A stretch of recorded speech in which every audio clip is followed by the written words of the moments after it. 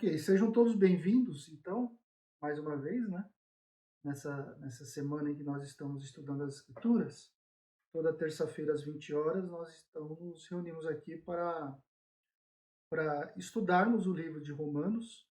E hoje estamos no capítulo 6 de Romanos. Vamos estudar a partir ali do versículo 11 do capítulo 6. Viemos na pegada e também sem pressa. Não sei se vocês estão percebendo, mas eu não estou com pressa, eu não estou passando os assuntos de forma rápida e de forma a não comentar os detalhes importantes da revelação no livro de Romanos. Então, já faz um bom tempo que estamos no livro de Romanos e eu não tenho pressa para acabar o livro, desde que ele fique bem detalhado, bem explanado, né? E que a gente consiga entender o que Deus, ou pelo menos tentar ao máximo entender o que Deus deixou revelado neste livro. Até porque nós nunca vamos chegar no 100% do cerne da revelação divina, porque ela é muito alta para a nossa mente, né? Mas a gente tenta se aproximar ao máximo, usando as ferramentas corretas e, logicamente, tendo aqui a nossa capacitação no Espírito Santo. Nós vimos aqui, na aula passada, sobre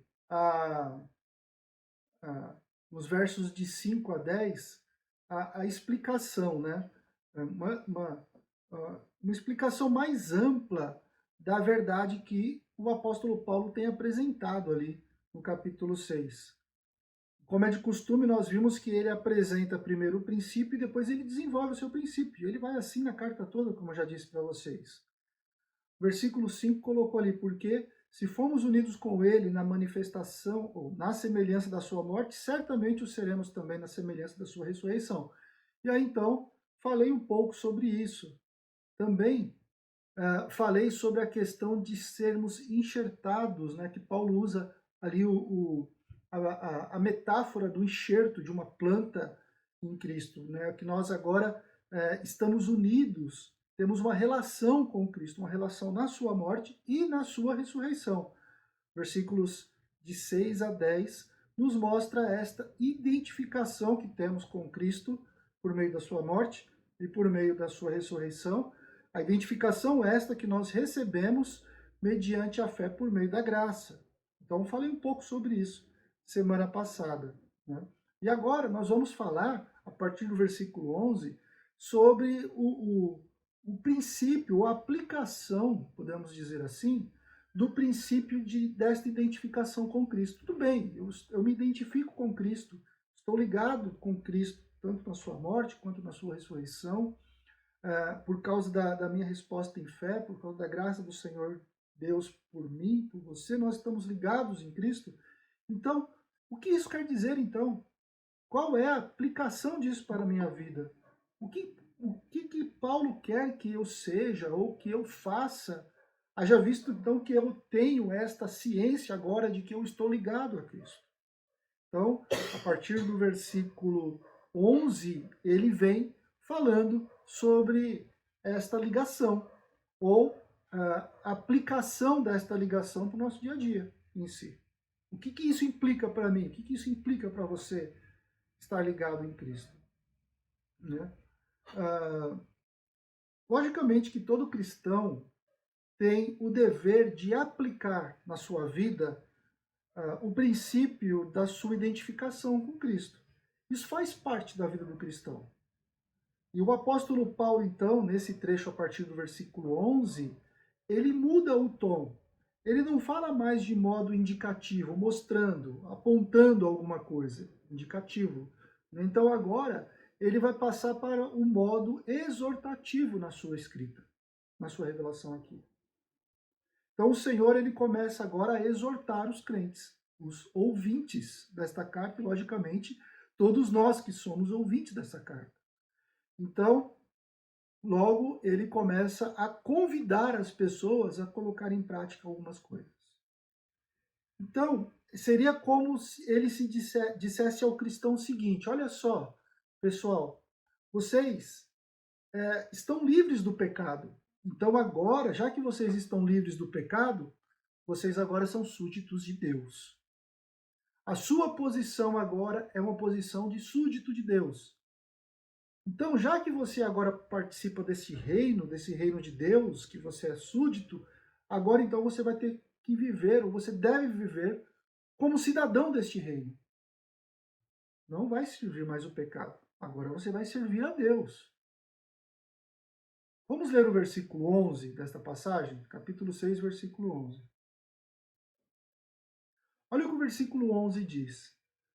Desta forma, já que ele estava falando ali da nossa identificação, tal, como eu disse agora na introdução, então ele começa no versículo 11. Dessa forma, ou da mesma forma, estou lendo aqui no NVI, considere-se mortos para o pecado, mas vivos para Deus em Jesus Cristo. Aqui a palavra usada no considere ou considerai-vos, como diz algumas outras escrituras, que é a mesma que também foi usada lá em Romanos capítulo 4, versículo 3, traduzida lá em Romanos capítulo 4, como no versículo 3, como imputar, entre aspas aqui, né, colocar, é uma palavra que nós temos visto que significa considerar, ou reputar, ou contar por, estimar, julgar. Então, aqui seria mais assim, considere-se mesmo agora. É isso. Agora, pessoal, que vocês sabem disso, considerem-se desta forma. Aqui o apóstolo está nos convidando a que a gente se considere, ou que a gente se reconheça como alguém que é morto para o pecado. Então, o versículo 11 é esse convite. Se considere morto para o pecado. Lógico, e ele faz aqui o contraponto. Você se considera morto para o pecado e também deve se considerar agora vivo para Deus. Ou seja, agora a nossa situação se inverteu, percebeu? Antes nós éramos mortos em nossos delitos e pecados. Antes nós éramos mortos para Deus, porque mortos em nossos delitos e pecados é separado de Deus, longe de Deus, né? E agora a situação se inverteu. Agora que eu sou cidadão, que eu tenho essa identificação com Cristo, na sua morte, na sua ressurreição, na sua obra, agora a minha situação passou a ser o seguinte: agora você se considere morto para o pecado e se considere vivo para Deus. Isso é muito bom. Não somos mais estranhos. Devemos nos dar conta de que a esfera desta ação, ou da nossa ação, na nossa vida, não é mais a prática do pecado. Por quê? Porque estamos mortos para a prática do pecado. Não somos mais da nação herdeira ou da nação de Adão. Agora nós somos da nação de Jesus. No que essa questão implica, né, em si? Isso significa que nós não existimos mais no mundo de pecado, do ponto de vista de Deus. Saímos do reino do pecado e fomos transportados para o reino de paz e de luz, do ponto de vista do Senhor. Então, existe essa mudança aqui. Agora que estamos vivos para Deus em Jesus Cristo, a esfera da nossa ação, o nosso dia a dia, o nosso caminhar, o nosso viver, é um caminhar e viver com vida em Deus. Com uma vida que reflete aquele Cristo que ressuscitou. E entre aspas aqui, nós estamos vivendo o reino de Deus, hoje, em nós, porque fomos transportados para o seu reino. Não somos mais cidadãos do presente século. Somos agora cidadãos da eternidade, com Deus. Cidadãos dos céus. E o apóstolo Paulo ele diz isso lá em Filipenses capítulo 3, versículo 20, para nos relembrar disso. Alguém abra Filipenses capítulo 3, versículo 20, por favor. Nossa cidadania, porém, está nos céus, de onde esperamos ansiosamente o Salvador, o Senhor Jesus Cristo. É isso. A nossa cidadania agora é outra. não é mais a cidadania da morte, a cidadania do pecado. A nossa cidadania agora é a cidadania celestial. Somos um outro povo, uma raça eleita, um sacerdócio real, uma nação santa, povo escolhido, adquirido, como diz as Escrituras. Consequentemente, pessoal, com esta realidade, o apóstolo nos exorta os versículos 12 e 13. Olha o que o versículo 12 e 13 diz, já que sabemos desta realidade. Portanto, não permitam que o pecado continue dominando os seus corpos mortais, fazendo que vocês obedeçam aos seus desejos. Não ofereçam os membros dos seus corpos ao pecado como instrumentos de injustiça. Veja a exortação aqui. Veja, ele está falando da prática mesmo. Ele está falando do nosso dia a dia, já que temos essa identificação, morremos com Cristo, ressuscitamos com Cristo, somos cidadãos dos céus, estamos mortos para o pecado, então ele começa a instruir aqui como a gente deve viver. E este é um aspecto, podemos dizer assim, um aspecto negativo, entre aspas, aqui, da nossa identificação com Cristo. Ou seja, temos que viver uma outra realidade. Não devemos permitir que o pecado exerça poder sobre nós. Perceba, eu disse, não devemos permitir. Por que eu disse exatamente desta forma? Não devemos permitir. Porque quem toma a decisão de pecar somos nós. Essa é uma decisão pessoal. Eu tomo a decisão, por isso que nós respondemos por nossas ações. Eu tomo a decisão. Se a mesa foi colocada diante de mim, a mesa do pecado foi colocada diante de mim, e a mesa da santidade foi colocada também diante de mim, eu tomo a decisão em que mesa sentarei e de que mesa vou me fartar. Então, o convite aqui de Paulo é, pessoal, não devemos mais permitir que o pecado exerça esse domínio. Agora, logicamente, existe a possibilidade de que o pecado reine sobre o corpo, porque nós somos mortais, nós estamos nesse corpo da carne ainda. Ainda temos a parte da natureza pecaminosa conosco, que ainda não passamos daqui para o reino do âmbito espiritual. Alguém leia Romanos capítulo 8, versículo 23, por favor. Romanos capítulo 8, versículo 23. E não só isso, mas nós mesmos, que temos os primeiros frutos do Espírito, gememos interiormente, esperando ansiosamente nossa adoção como filho, a redenção do nosso corpo. Exato. Redenção do nosso corpo, né? Ou seja, a transformação desse corpo. Paulo fala sobre isso, a transformação desse corpo, a redenção. Para você saber um pouquinho mais sobre o que ele quer dizer, depois leia 1 Coríntios capítulo 15, mas nós estamos nesse corpo aqui que está sujeito aos enganos do pecado, podemos dizer assim, às armadilhas do pecado, né? Aquela porção de nós que ainda não seja completamente trabalhada é aquela porção, aquela posição que o inimigo vai atacar. E o diabo vai atacar mesmo, ele vai querer fazer com que você peque. Pessoal, deixa eu só dar uma notícia aqui para vocês. O inimigo, ele não está nem aí com quem já é dele. Quem já é dele, ele já pinta e borda, ele faz o que ele quiser. Ele quer atrapalhar aqueles que estão buscando uma vida de santidade com Deus. Porque ele quer fazer com que Deus veja que nós não somos aquilo que pensamos e que cremos. Ele quer mostrar para Deus que nós não conseguimos viver aquilo que Deus idealizou, que é a vida de santidade. Então ele vai fazer de tudo para tentar nos destruir, nos levar a pecar e tudo mais, porque nós estamos ainda no corpo do pecado, apesar de vivermos uma outra realidade por causa do Espírito Santo. E é justamente por causa do Espírito Santo que nós temos o poder para vencer o pecado.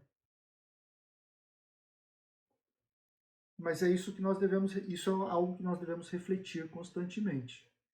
Por isso que as Escrituras falam, olha, aquele que está em pé, tome cuidado para que não caia, porque a queda é real, ela existe. Ela existe.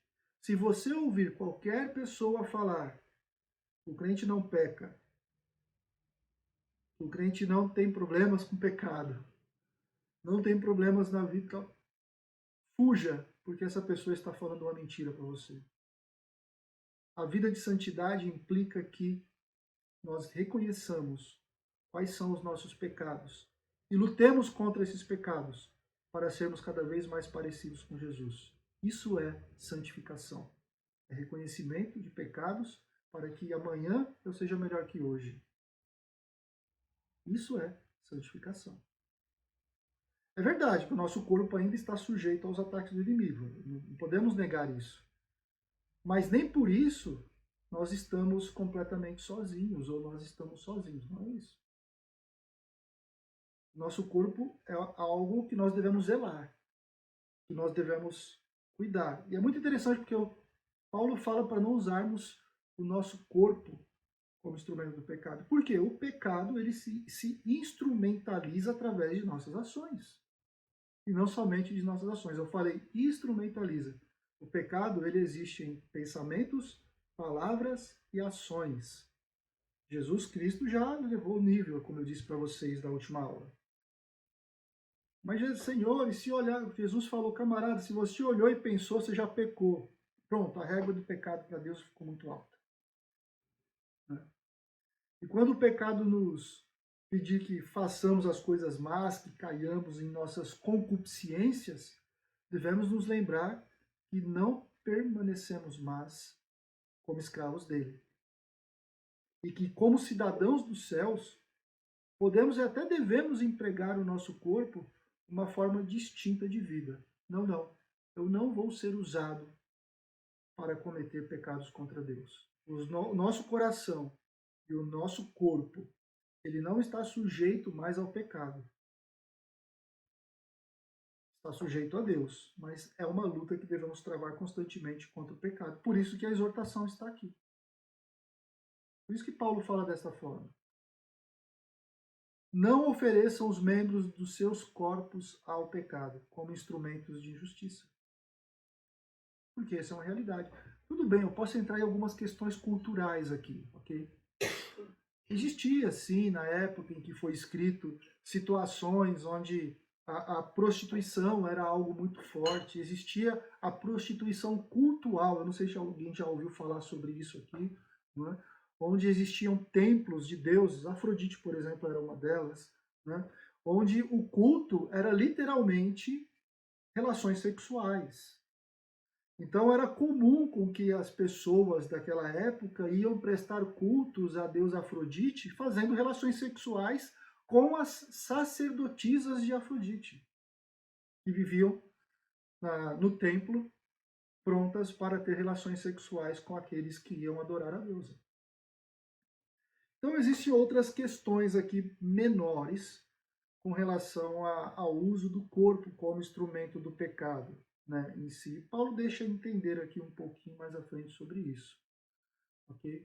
Então, oferecendo os membros do nosso corpo ao pecado como instrumentos de iniquidade, isso daí era uma ação antiga, anterior à nova vida. Não oferecemos mais os nossos corpos como instrumento de pecado. Agora é o contrário.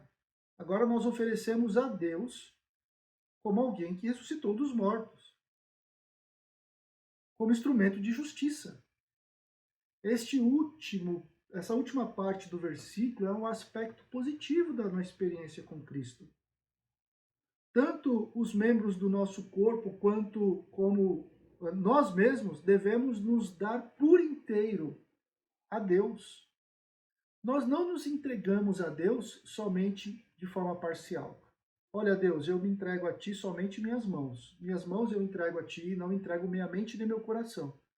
Deus, eu entrego a Ti somente o dedão do meu pé. O dedinho não, porque o dedinho é meu e eu faço com ele o que eu quero. Não é assim que funciona. Nós nos entregamos.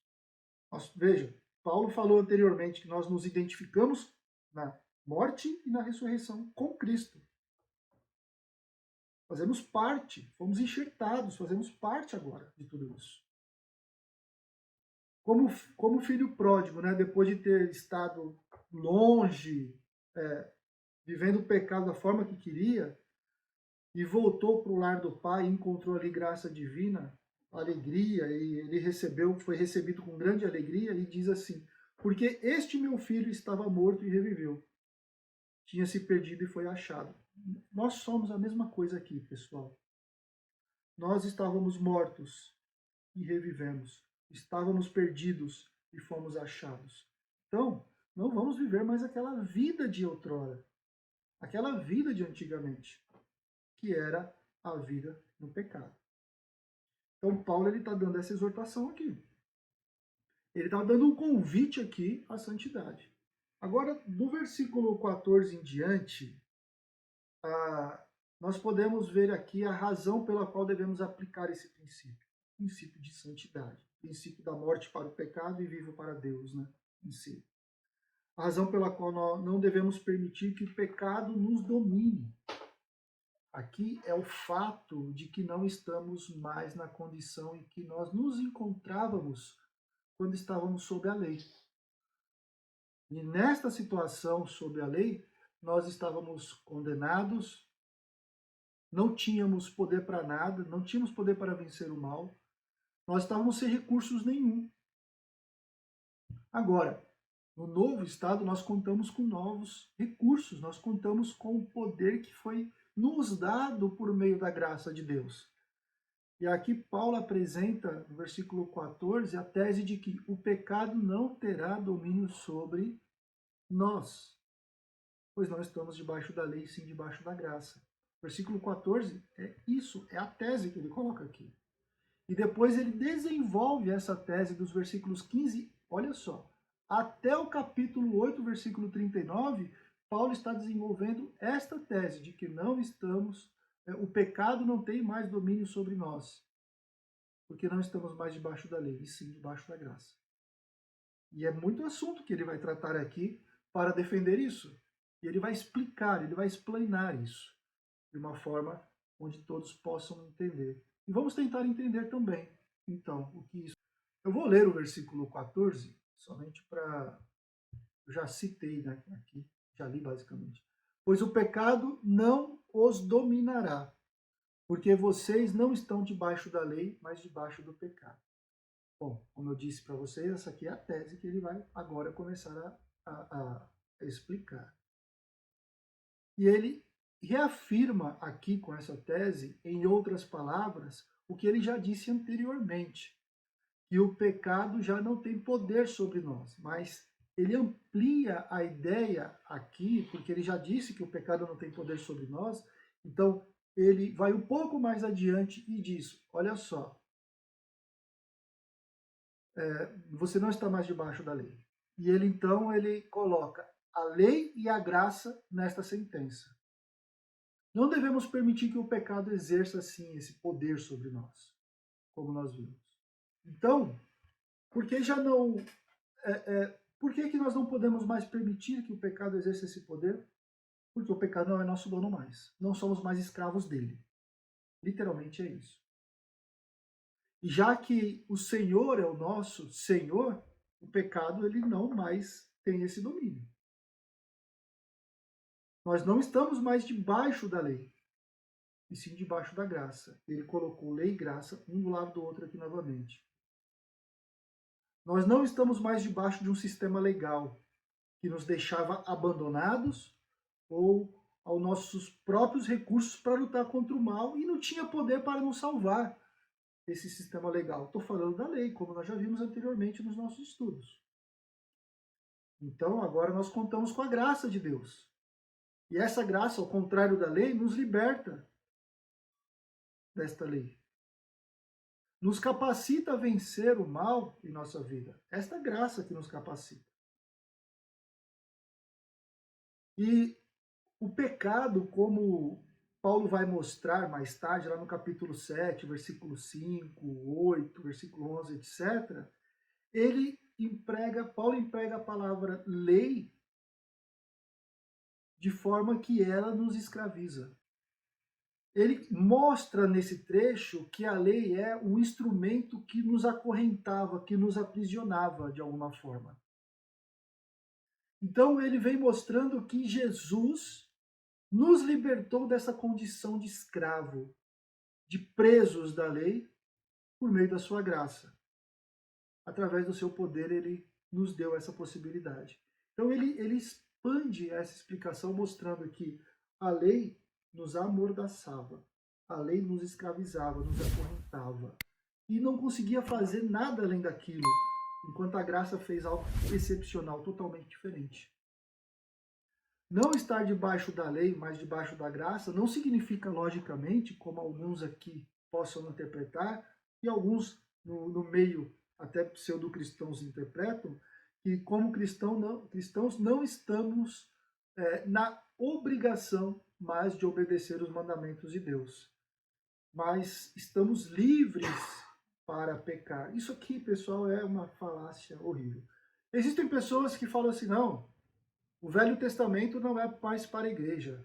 O Velho Testamento a gente não tem nem que olhar. Eu já vi pessoas dizendo que o Velho Testamento a gente não precisa ler, porque a gente tem que ler o Novo Testamento. Peraí, a Bíblia é a palavra de Deus, ela toda. A gente só tem que ter a sabedoria e o entendimento para saber discernir o que é e o que não é princípio de Deus para toda a eternidade. O que é e o que não é, ensinos de Deus para um povo específico. O que é o que não é ensinos de Deus para a igreja. O que é e o que não é ensinos universais. Enfim, tudo isso. A gente tem que saber discernir isso. E aí alguns pegam e falam, não, mas o Antigo Testamento é a época da lei. A época da lei não é mais aplicada à igreja. Por isso eu não sou nem dizimista, porque o dízimo é para a lei. Mas, meu Deus do céu, é muita ignorância esse tipo de coisa, tá, pessoal? Existem momentos nas Escrituras que nós chamamos de momentos... nós não, eu particularmente chamo que são momentos para o universo, né? Ou seja, momentos que servem para toda a história.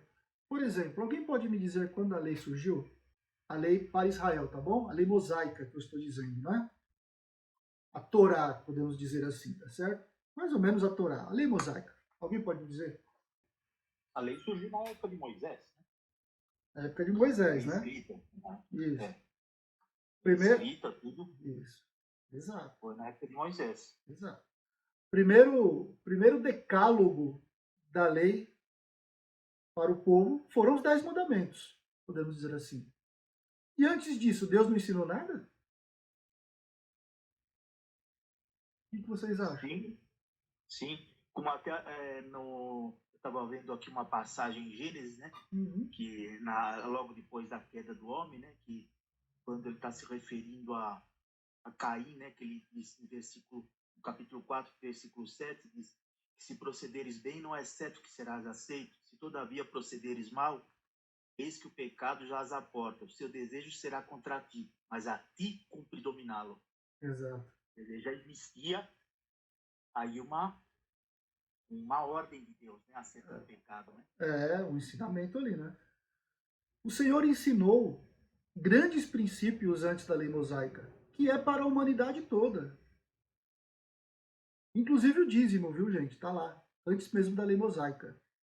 Quem fala que dízimo é só para o povo de Israel é porque não conseguiu compreender ainda as divisões nas escrituras, né? Em si. Antes mesmo da lei mosaica já estava lá.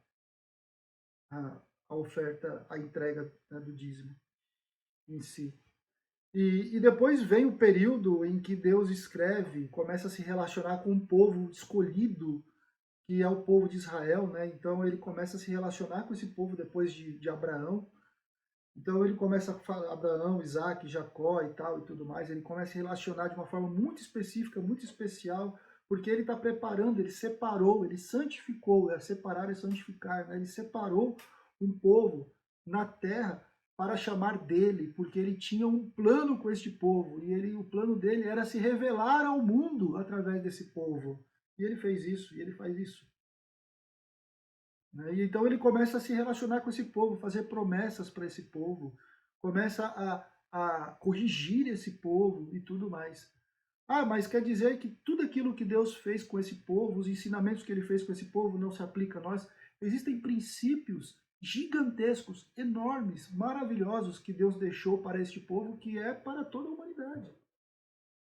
E existem ensinos existem textos, existem profecias, por exemplo, que Deus deixou para esse povo, que é só para esse povo, que não é para a igreja, por exemplo. E aí sucessivamente. Então a gente tem que ter sabedoria para conseguir discernir as coisas, dividir as coisas, compreender um pouco mais as coisas, para não sair achando que a igreja é Israel, por exemplo, achando que Israel é a igreja e tudo mais. E Paulo, ele vem ensinando aqui coisas maravilhosas e mostrando sobre a lei e sobre a graça, porque a igreja lá de Roma, ela tinha pessoas que eram judias, tinham hebreus ali na igreja de Roma que sabiam o que era a lei. Lembre-se lá dos ensinos que nós tivemos nos primeiros capítulos, as pessoas estavam confundindo as coisas ali, porque a igreja era composta por gentios e judeus. Então Paulo ele vem mostrando aqui essa questão da lei. Você nunca deve perder esse fio da meada daquilo que nós estudamos lá no início e vamos evoluindo até aqui. Quando a gente fala da lei, você tem que lembrar de tudo aquilo que nós estudamos, né? A lei, ela não pode libertar o homem. A lei não pode salvar o homem. A lei não pode tirar o homem do domínio do pecado, como nós já vimos. Uma vez que o homem vive no pecado por causa de Adão, ele vai se encontrar ali à mercê e no domínio do pecado, escravo do pecado. A sua consciência vai ser desonrada e a sua consciência não vai acusá-lo do pecado, porque para ele simplesmente está vivendo a sua natureza. E ele está vivendo rumo ao mal. E a lei nada faz, nada pode fazer para libertar o homem deste mal. A lei deixa o homem cada vez mais impotente sobre isso. Na verdade, a lei só aponta para esse homem como ele é pecador e o condena, porque a lei só condena. A lei não faz nada além de condenar. Ao contrário da graça, podemos dizer assim, a graça é o oposto da lei. A graça procura o pecador e a graça, ela redime, ela traz o pecador à vida. Vida não somente de sua culpa, podemos dizer assim, mas também do domínio do mal. A graça tira o homem do domínio do inimigo, do mal. A graça vem, como nós já estudamos, a nós mesmo sem merecermos. E essa graça veio por meio da morte de Jesus Cristo. E é através da fé, mediante a sua graça, que vivemos o benefício. E essa graça nos dota de poder para vencer o pecado. E esse poder tem um nome para vencer o pecado. Alguém consegue me dizer qual é o nome desse poder que podemos dizer aqui que vence o pecado? Que nos ajuda a vencer o pecado? O Espírito Santo. Exatamente esse. Exatamente esse. É através do poder do Espírito Santo que nós somos capacitados a vencer o pecado que tenta fazer com que a gente caia no nosso processo de santificação. O que Paulo quer dizer aqui é que o pecado já não nos domina, porque não estamos mais debaixo desta lei, que é impotente para nos redimir, nos salvar do mal ou do pecado. Mas estamos debaixo da graça, debaixo do favor de Deus, que tem poder para nos salvar de toda a escravidão do pecado. A lei não nos salva, ela aponta, como o Mauro apontou aqui e disse muito bem. A graça nos salva, nos liberta da escravidão do pecado que a lei está mostrando para a gente que somos escravos. O pecado já não tem nenhum direito sobre nós. É porque temos à nossa disposição ferramentas para vencer o pecado. Quais são as ferramentas que temos para vencer o pecado? Eu costumo dizer que temos algumas ferramentas que são importantes. Uma delas é a oração. O Espírito Santo é o principal poder para vencer o pecado, né? E com este poder nós temos ferramentas que podemos usar para vencer o pecado. Oração é uma ferramenta poderosíssima. Bíblia A palavra de Deus é outra ferramenta poderosíssima para vencer o pecado. E comunhão é outra ferramenta poderosíssima para vencer o pecado. Comunhão mesmo, estou dizendo aqui é comunhão, é estar junto com os irmãos, é congregar, é estar na igreja, é uma outra ferramenta para vencer o pecado. E a última, mas não menos importante, que eu coloco também na lista, é adoração. São ferramentas importantíssimas para que a gente consiga viver uma vida de uma santidade progressiva, vencendo os dilemas e os pecados que possam assolar a nossa vida. Né? Então, vou repetir. Ó. Bíblia, comunhão, adoração e oração. São as ferramentas que o Espírito Santo vai usar para vencermos o pecado. Paulo ele continua a desenvolver aqui, e ele vai, como eu disse, até o final do capítulo 8, e eu não vou continuar na próxima sessão aqui, porque daqui a pouco o nosso tempo vai terminar, mas você continue a ler o texto e leia até o capítulo 8, versículo 39 ali, para você entender, que daí você vai pegar toda esta porção que nós estamos falando aqui, que nós iniciamos. A tese que Paulo começou. Não estão debaixo da lei, e sim debaixo da graça. Paulo ele está desenvolvendo, ele está explicando o que significa isso. E para explicar isso, ele vai usar duas ilustrações para esclarecer esse pensamento. No que se refere à nossa relação com o pecado, a lei e a santidade e a graça. Então, do capítulo 6, versículo 15, até o capítulo 7, versículo 6, ele vai dar uma ilustração. E depois ele vai dar uma outra ilustração, que é a descrição do homem debaixo da lei e uma descrição do homem debaixo da graça. Então ele vai usar duas ilustrações aqui. Boa semana para vocês, Deus abençoe todos vocês.